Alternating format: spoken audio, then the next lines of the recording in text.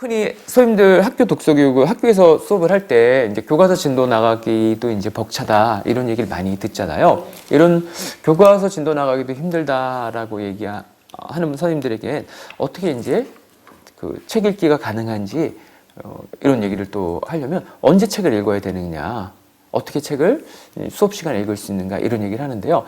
그 정 선생님. 네. 선생님 언제 학생들에게 책을 읽히십니까? 저는 일주일에 2번 수업을 하는데요. 한 반에 두 번째 시간에 앞부분 20분을 책을 읽습니다. 한 학기 내내 1년 내내 쭉 네, 1년 내내 그렇게 일주일에 20분씩 읽는 거군요. 그렇죠. 네.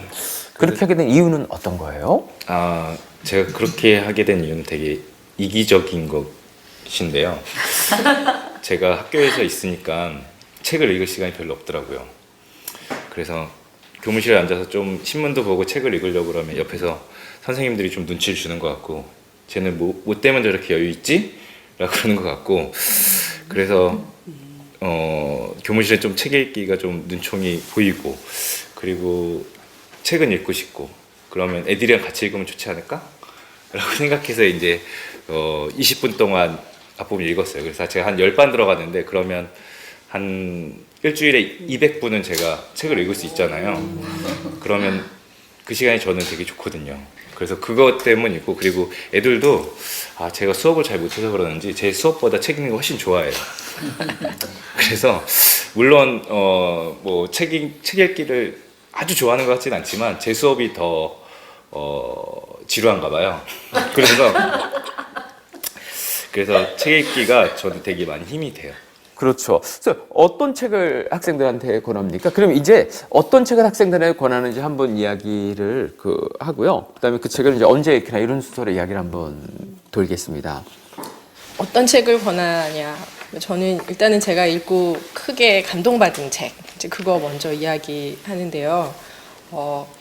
정태훈 선생님처럼 저도 일주일에 2시간 들어가는 수업을 5반을 했었어요. 근데 2시간을 블록 타임으로 묶어서 수행평가하고 연계해서 한 3, 4월에는 20분씩 계속 책을 읽고, 5월에는 이제 서평을 쓰기 위한 뭔가 이렇게 사전 작업들을 좀 시키고, 그다음에 개요서 짜는 것까지 봐주고, 이제 6월에 완성글을 내는 그런 과정에서 20분씩 책 읽기를 했는데, 뭘 권하느냐가 고민이 되더라고요. 근데 제가 읽은 책은 아무래도 편협하고 국한되고, 그래서 그 이제 교사 독서 모임에서 선생님들이 읽으셨던 책들, 그리고 이제 국어 교과 선생님들이 모여서 하시는 책 모임이 또 있잖아요. 거기에서도 책 목록을 많이 받았어요. 그래서 또 어떤 선생님들은 친절하게 책의 난이도를 쉬운 책, 중간쯤, 어려운 거, 그래서 그런 것까지 애들한테 안내를 하기는 했는데, 그러나 이제 오픈했어요. 문학 수업이어서 도서관에 애들을 데리고 올라가서 800번대에 있는 책 중에 마음에 드는 거 골라라. 근데 내가 추천해 줄 수 있는 책은 이렇게 쉬운 수준, 중간 수준, 어려운 수준이다. 이 중에 선생님이 읽은 것도 있지만 사실은 못 읽은 것도 많다. 그러면서 그냥 애들이 이렇게 힘들잖아요. 대한민국 고등학생들 얼마나 살기 힘들어요. 근데 이제 그 힘든 삶에 이렇게 좀 쉼표 같은 시간으로 책 읽기를 애들한테 권하고 싶어서 그렇게 열어줬고요. 애들이 되게 다양한 책을 골랐어요. 엄청 어려운 책을 고른 아이들도 있었는데 그냥 뒀어요. 그래서 자기가 소화할 만하면 이제 끝까지 한 학기 동안 읽어냈고요.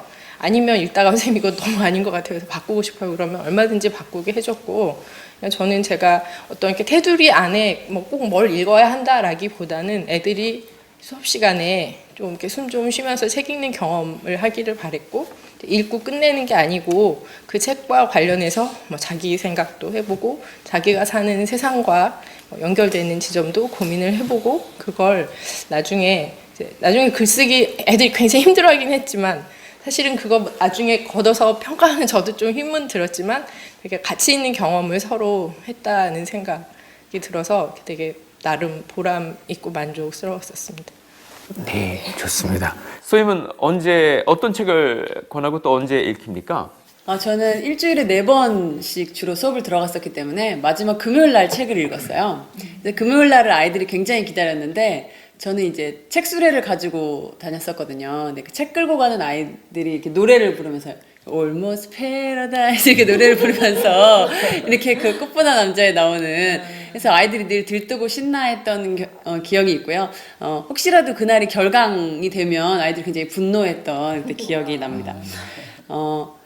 저는 그때 주로 쉬운 수준, 중간 수준, 어려운 수준으로 나누어서 아이들에게 책을 권해줬어요. 15권을 권해줬고요. 그 책을 빨리 읽은 아이들은 그 다음에 이제 제 100권의 수레 속에 담긴 책들을 읽게 됐었거든요.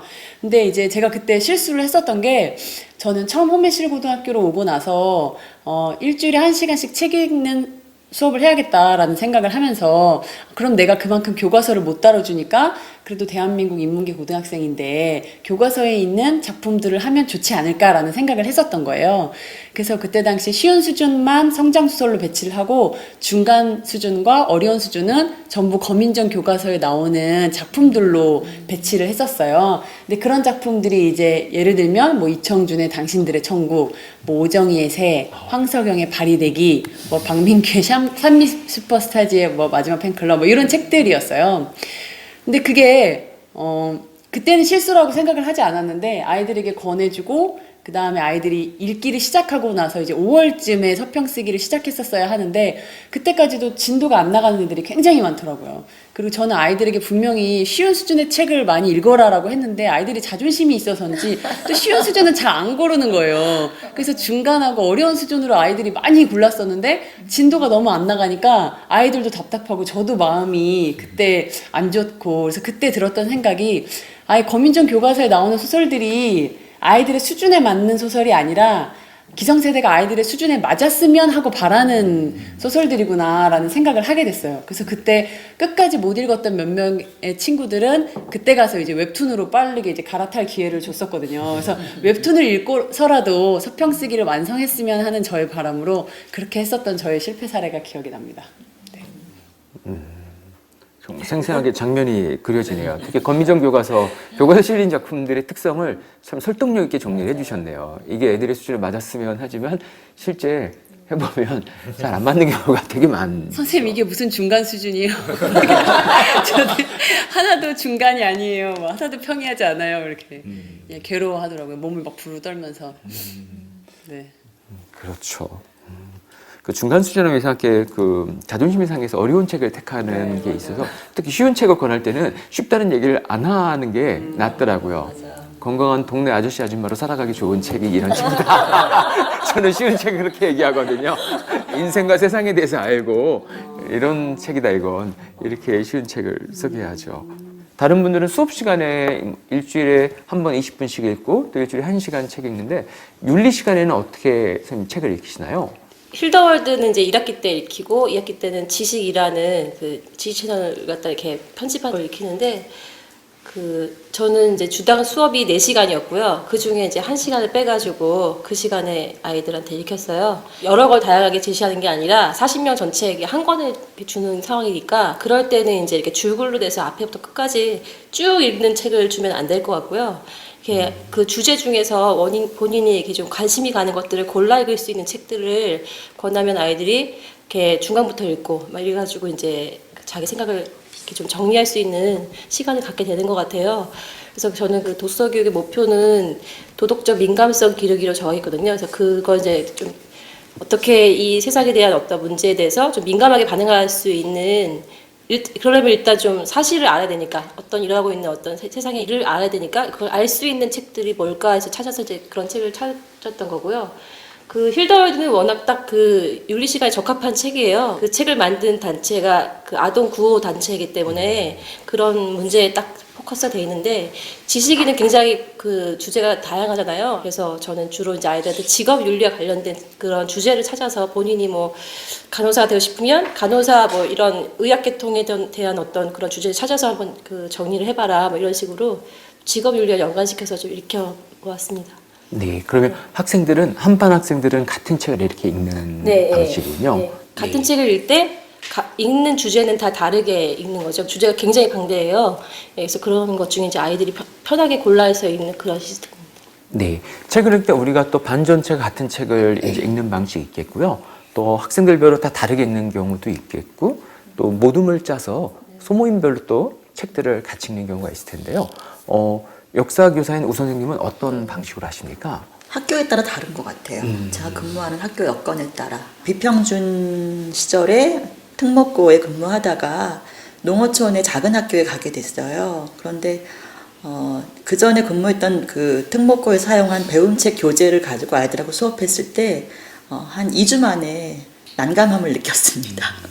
네, 그래서 이 아이들에게 내가 이 아이들의 수준에 맞는 수업을 고민해야 된다는 생각을 하게 됐고요. 이제 그런 중에 독서 교육을 시작했는데 그때는 도서관에서 제가 한 50여 권의 책을 이렇게 좀 한 코너를 만들어 놓고 그곳에서 일주일에 1시간씩 어떤 책이라도 읽어라 이렇게 했었고요. 또 이제 공고에서 근무한 적도 있었거든요. 그 특성화 고등학교.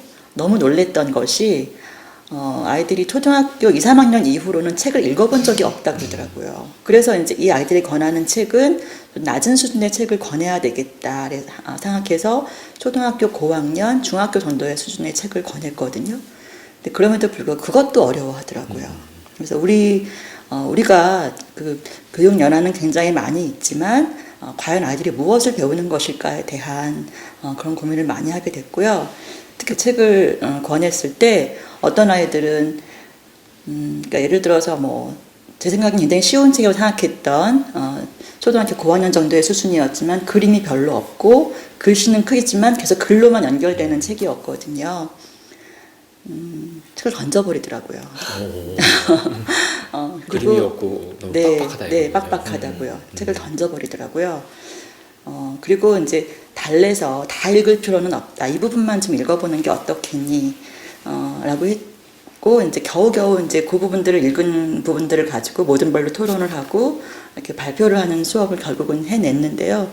더 웃긴 건 다 읽어내지 못했지만 그 부분만 읽었고 그 부분만 가지고 이야기를 나누었고 발표를 했을 땐 또 의기양양하게 발표를 잘하더라고요. 네. 그래서 한편으로는 아이들한테 경험을 하게 했고 매증을 하게 하는 게 굉장히 중요했구나라는 생각을 했고요. 또 이제 새로 근무하는 학교는 다시 특목고에 오게 됐는데 굉장히 수준 높은 아이들이거든요. 근데 이 아이들에게는 한 20여 권의 책을 이렇게 좀 권해보고 모든 별로 책을 선정하게 했고 그 모든 별로 선정한 책을 가지고 읽어내고 토론도 해보고 또 그 모듬 내에서 그 토론한 책을 가지고 읽지 않은 친구들에게 소개를 하는 발표하는 시간을 갖게 했어요.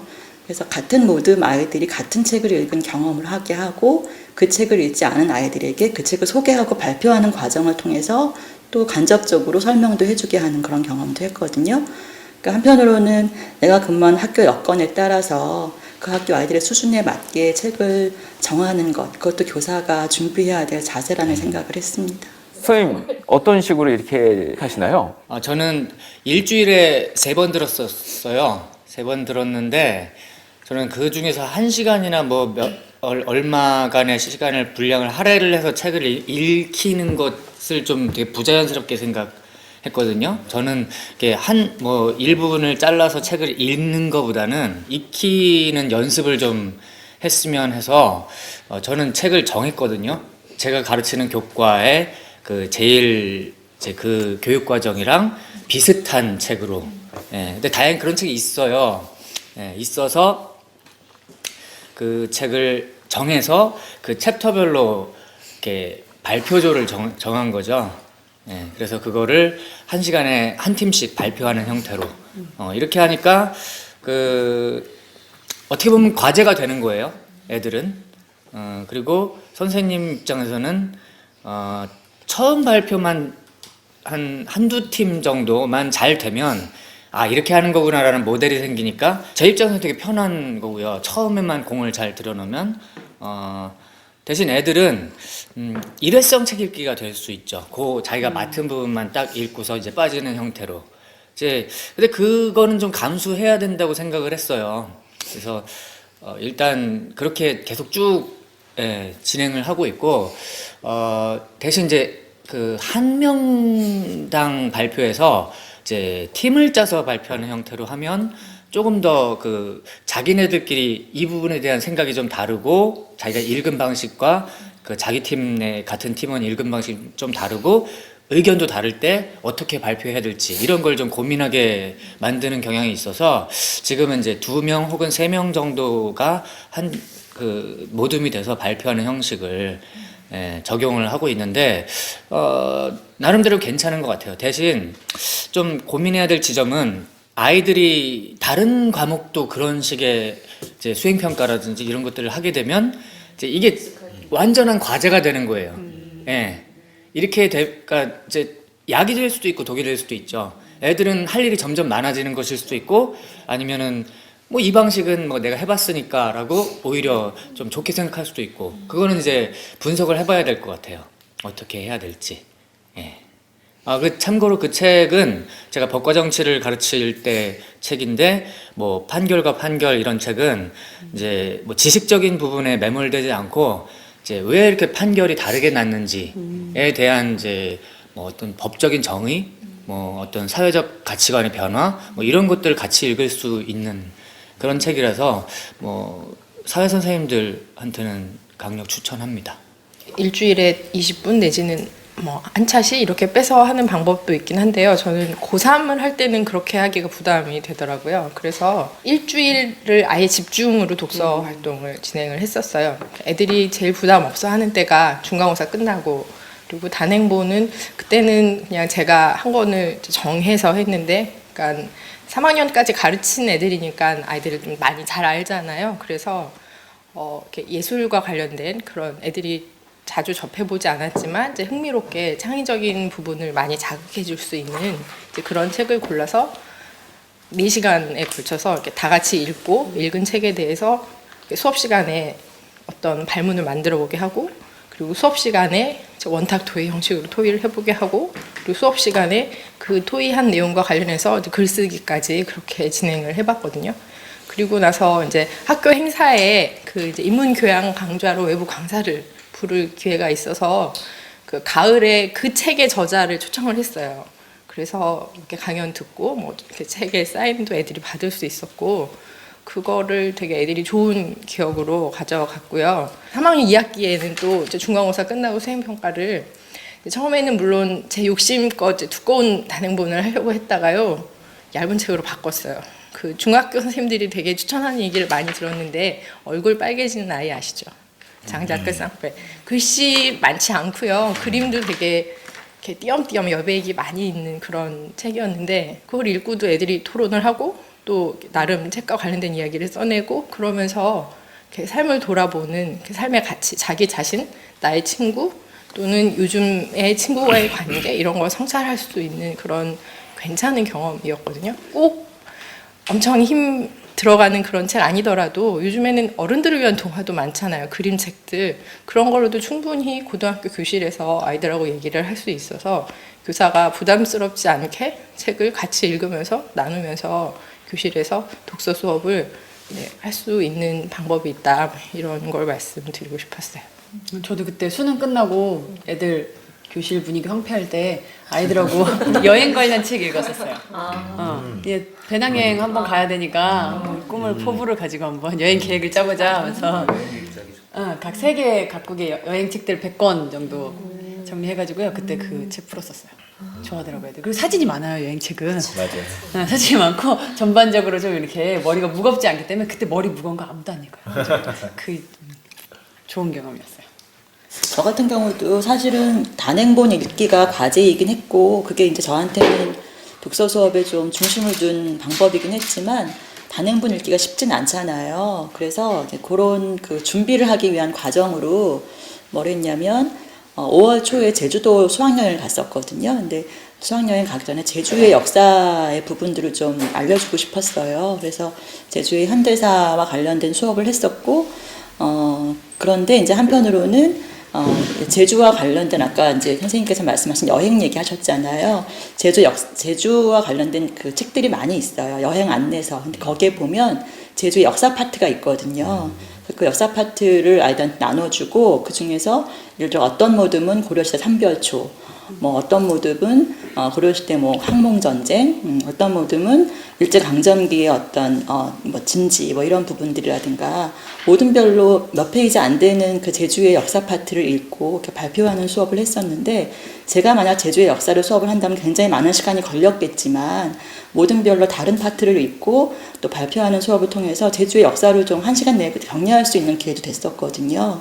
그래서 역사 수업 시간에 한편으로는 어떤 그 지역 문화재라든가 지역의 역사에 대해서 공부할 수 있는 어떤 방법을 배웠던 경험이 되고 만약 내가 나중에 여행을 간다라고 했을 때 그 지역 특색을 알 수 있는 공부를 할 때 이렇게 하면 되겠구나라는 방법을 함께 공유하는 기회가 되지 않았나 싶어서 되게 좋았던 수업이라고 생각을 합니다.